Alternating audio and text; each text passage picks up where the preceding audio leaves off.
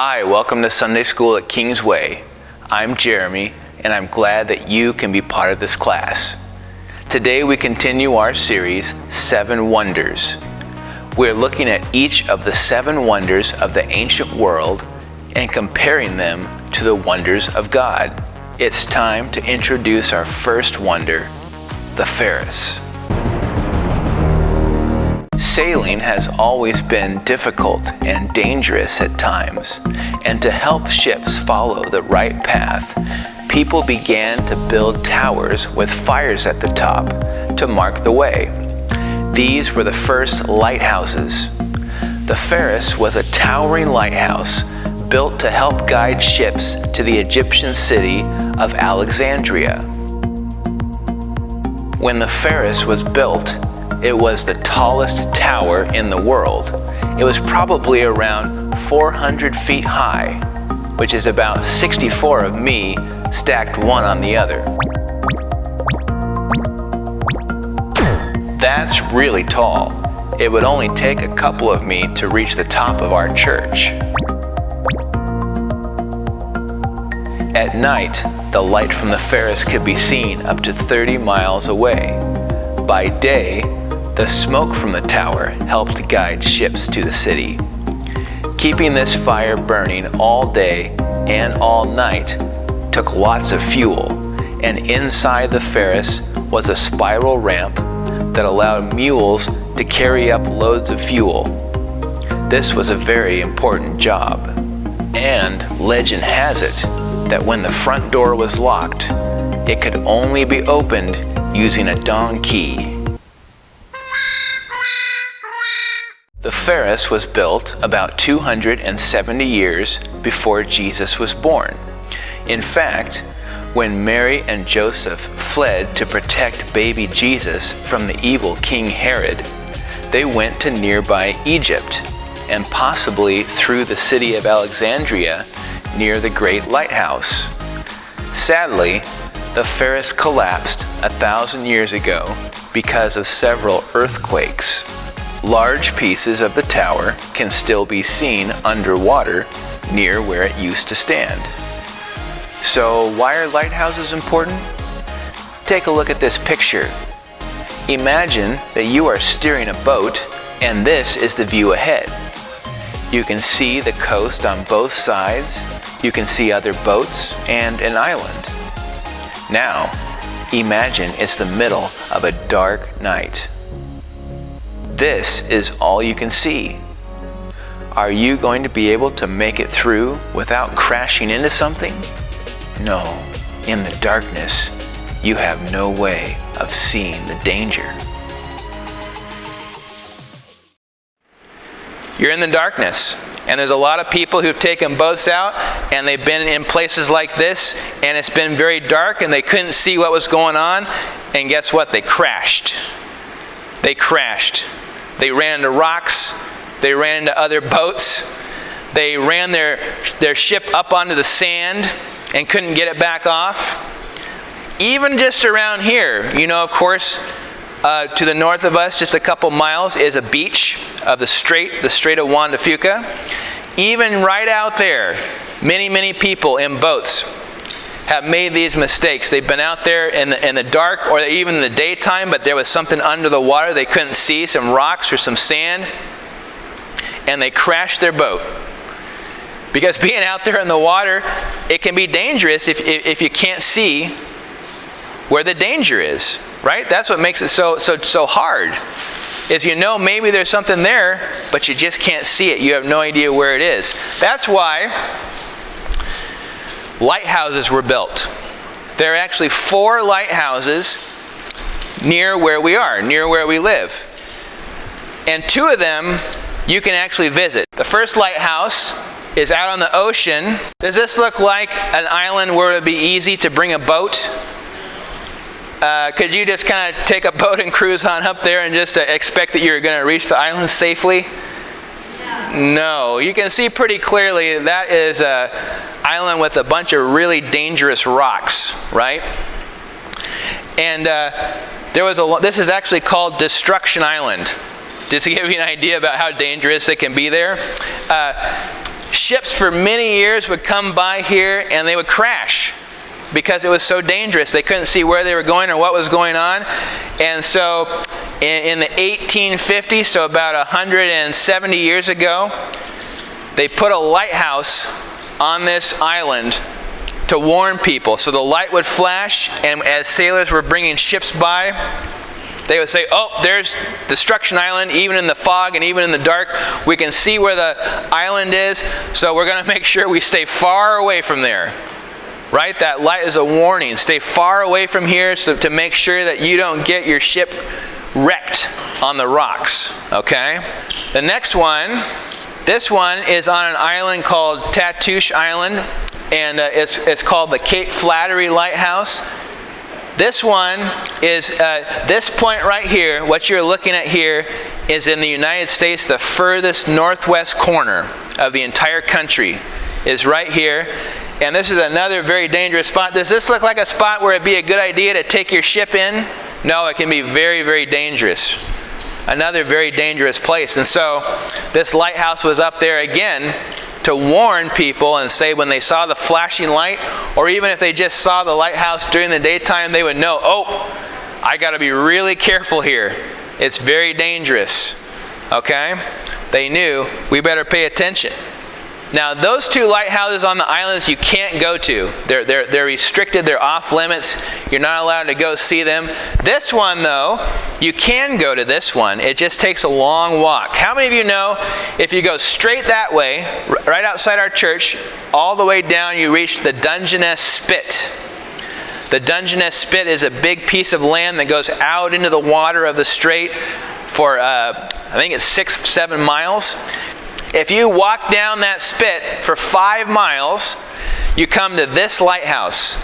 This lighthouse is out there on the Dungeness Spit, and it's called the New Dungeness Lighthouse, and you can actually visit it. If you go out there, you have to hike a long ways, but if you can get all the way out there, you can see that out there in the middle of the wild grasses and the sand and everything, they actually have a lawn, a nice green front lawn, and a couple of buildings where they allow people to stay. So you can visit that one. It just takes a long walk. The last lighthouse near where we live is called the Point Wilson Lighthouse. That's in Port Townsend. And in Port Townsend, I don't know if any of you have ever been out to Fort Worden, which is an old military fort where they have a bunch of really cool old buildings, and you can go out there and visit the bunkers. And nearby that, out on the corner of that fort, this lighthouse is the Point Wilson Lighthouse right there. And it is, I don't know if it's possible right now with all the changes that have happened to actually visit this lighthouse, but you can see that lighthouse that's out there in the fort. These lighthouses have been critical in the past for helping save people from crashing on the rocks. And it's not just these lighthouses. There's a total of around 48,000 lighthouses, and buoys and things like that are just on the coast of the United States, just to help people not crash. Just to help them not crash on the rocks as they're trying to use their boats out on our coast. I want to make sure you see this verse, John 8:12. Remember when we talked about how there's a kingdom of darkness in this world? How there are many people out there who are walking in darkness? Well, one of the awesome things about Jesus is that he came to bring light to everybody who's walking in darkness. And so our memory verse today is talking about one time where Jesus said that, where he said, I am the light of the world. Jesus is the light of the world. And if you follow him, you don't have to walk in darkness because you have the light that leads to life.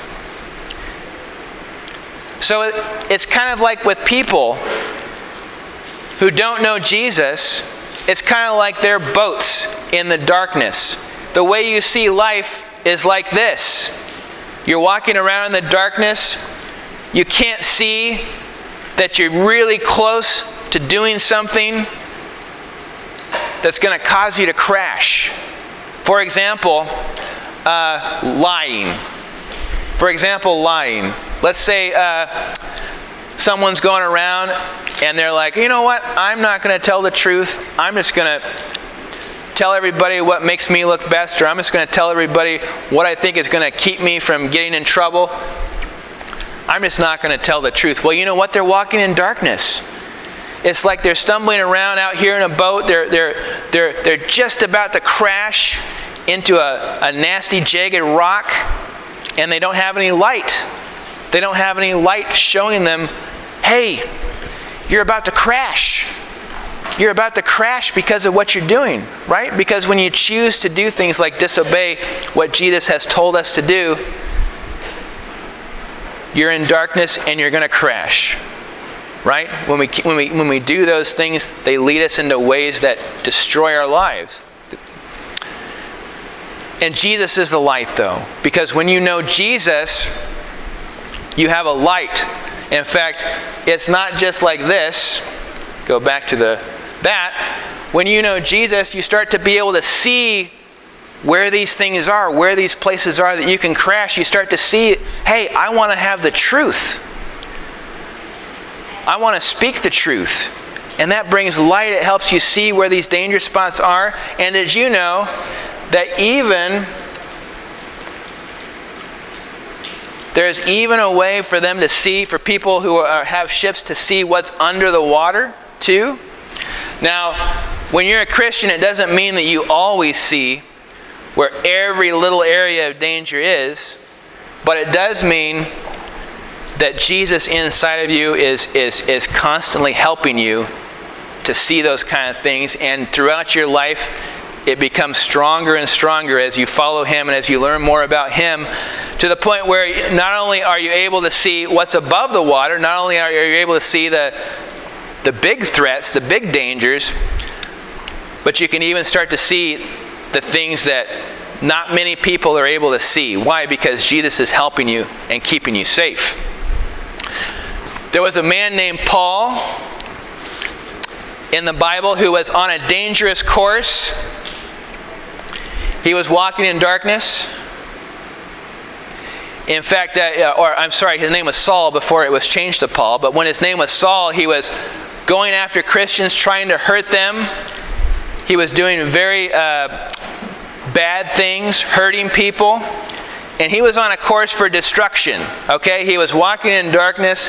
He was on a course for destruction, for his life being ruined, for eternity. But Jesus appeared to him as he was traveling down a road, appeared to him, and how did Jesus appear to him? Who remembers this story? Jesus appeared to him as a blinding light.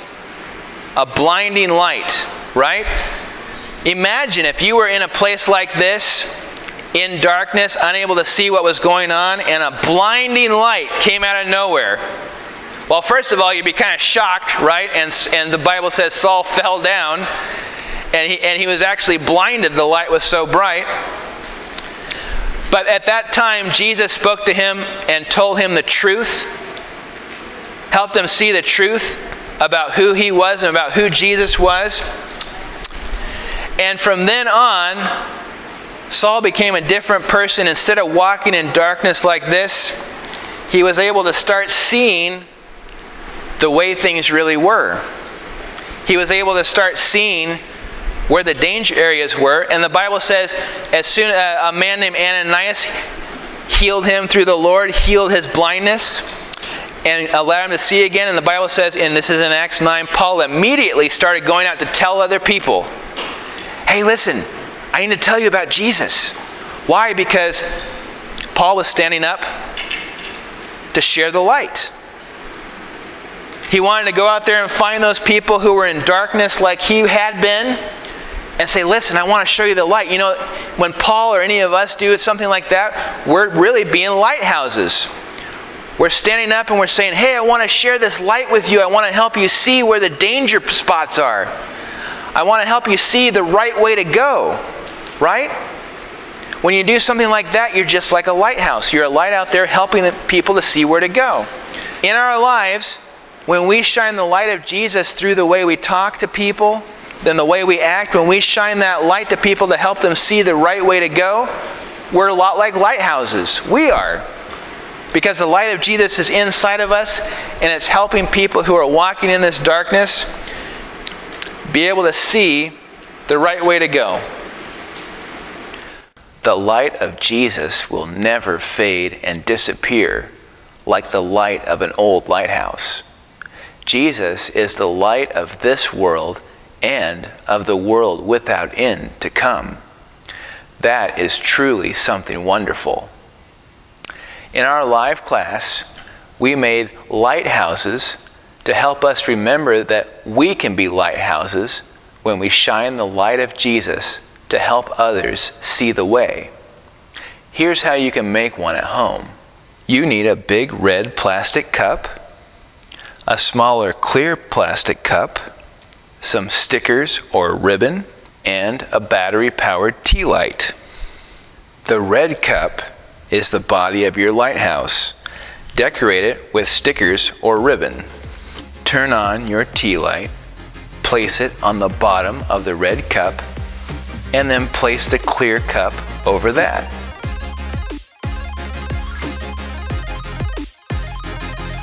Join us next time as we continue our series and look at our next ancient wonder. Don't forget to stay connected with Kingsway Kids through our Facebook page. We'd love to hear from you. Hey Brianna, what did the ocean say to the lighthouse? I don't know. Nothing. It just waved.